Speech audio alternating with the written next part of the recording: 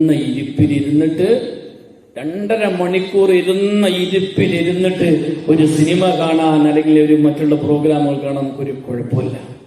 അത് നമുക്ക് ഒരു കൂട്ടുവായില്ല, ഒരു ഉറക്കക്ഷീണമില്ല, കണ്ണിന് തടച്ചിലില്ല, പ്രയാസങ്ങളില്ല, ബുദ്ധിമുട്ടുകളില്ല. പക്ഷേ മുഅ്മിനെ, അള്ളാന്റെ കലാമായ ഖുർആന പറയുന്നത്, അങ്ങനെ ഈ ദുനിയാവിന്റെ രസമെന്ന് ചിന്തിച്ച് ജീവിച്ചവനെ അവന്റെ റൂഹ് പിടിക്കുന്ന സമയത്ത് യദ്രിബൂന വുജൂഹഹും, മലായികത്ത് അവന്റെ മുഖത്ത് ആഞ്ഞടിക്കുകയാണ്.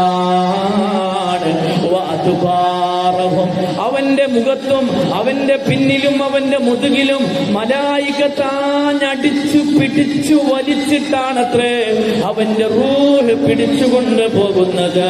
എന്നിട്ട് മലായികത്ത് അവനോട് പറയുമത്രേ, വദൂഖൂ അദാബൽ ഹരീഖ്.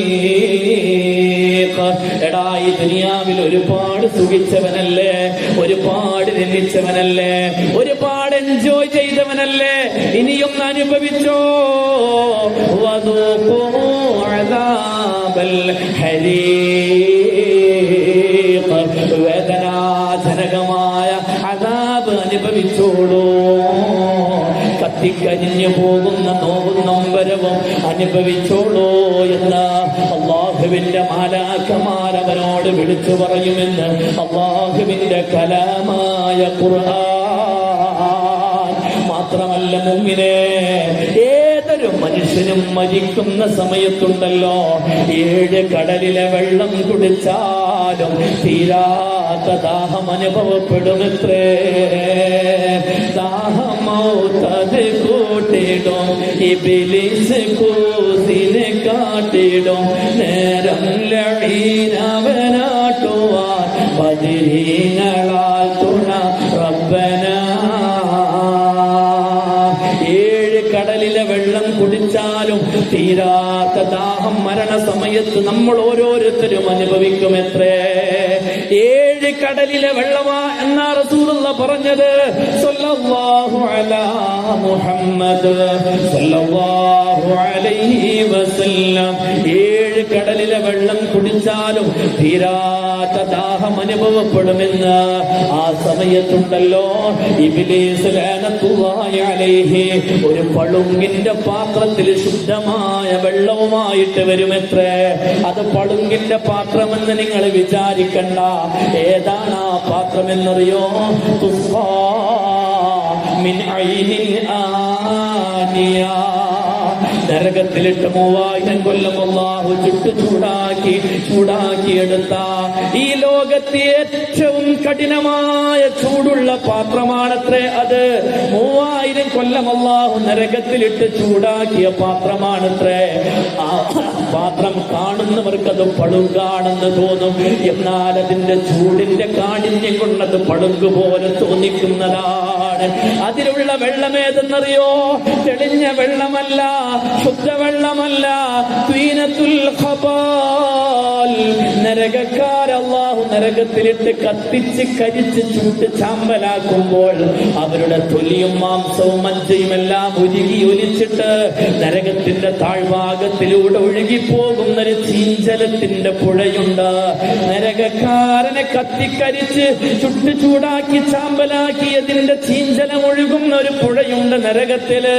അതിന്റെ പേര് ത്വീനത്തുൽ ഖബാൽ എന്നാണ്. ആ ത്വീനത്തുൽ ഖബാലാണ് ഈ പാത്രത്തിൽ ഇബ്ലീസ് കൊണ്ടുവരുന്നത്.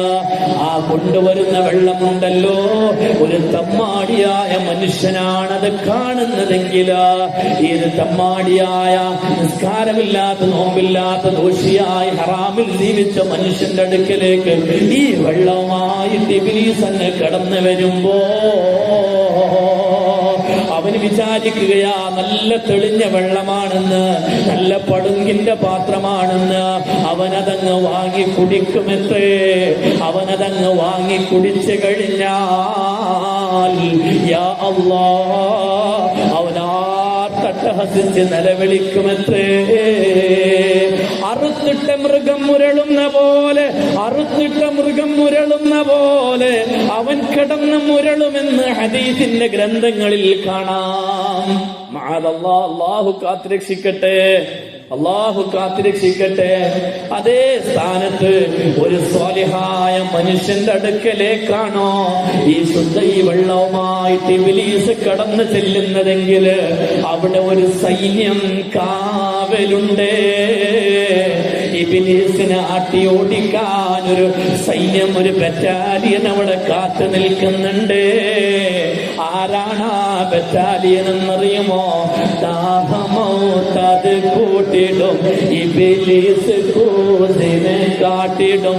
നേരം ലഈനവനാട്ടുവാൻ, ലഈനായ അവനെ ആട്ടി ഓടിക്കുവാൻ ബദരീങ്ങളാൽ തുണ റബ്ബനാ. നമ്മൾ ഒരുപാട് സ്നേഹിക്കുന്ന ബദരീങ്ങളെ കാവൽ അവിടെ വരുന്നു. ബദരീങ്ങളെ പ്രൊട്ടക്ഷൻ അവിടെ ലഭിക്കുന്നു. ബദരീങ്ങളെ ബറ്റാലിയൻ അവിടെ ഇബ്ലീസിനെ ആട്ടി ഓടിക്കാൻ കാത്തു നിൽക്കുന്നു.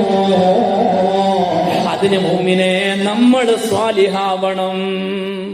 അല്ലാഹു തൗഫീഖ് തരട്ടെ, അല്ലാഹു തൗഫീഖ് തരട്ടെ. ഇങ്ങനെ മലായിക്കത്തിന്റെ പ്രൊട്ടക്ഷൻ ലഭിക്കുന്ന, മലായിക്കത്തിന്റെ സംരക്ഷണം ലഭിക്കുന്ന, ഈമാൻ കാമിലായി മനോഹരമായി സ്വർഗത്തിന്റെ സന്തോഷ വാർത്ത കേട്ട് മരിക്കുന്ന മരണം നമുക്ക് ലഭിക്കണമെങ്കിൽ 5 കാര്യങ്ങൾ മഹാന്മാര് പറഞ്ഞു തരുന്നുണ്ട്. 5 കാര്യങ്ങൾ നമ്മൾ പതിവാക്കിയാൽ അൽഹംദുലില്ലാഹ് അങ്ങനത്തെ സ്വാലിഹായ മനുഷ്യന്റെ മരണം നമുക്ക് കിട്ടും. 5 വിശദീകരിക്കണമെങ്കിൽ ചുരുങ്ങിയത് 5 ആഴ്ച വേണ്ടിവരും. 5 വിശദീകരിക്കണം. ഞാനതുകൊണ്ട് അവസാനിപ്പിക്കുകയാണ്. ഞാൻ 5 കാര്യങ്ങളൊന്ന് പറഞ്ഞുതരാം. 1, നിസ്കാരം നഷ്ടപ്പെടുത്താതിരിക്കുക.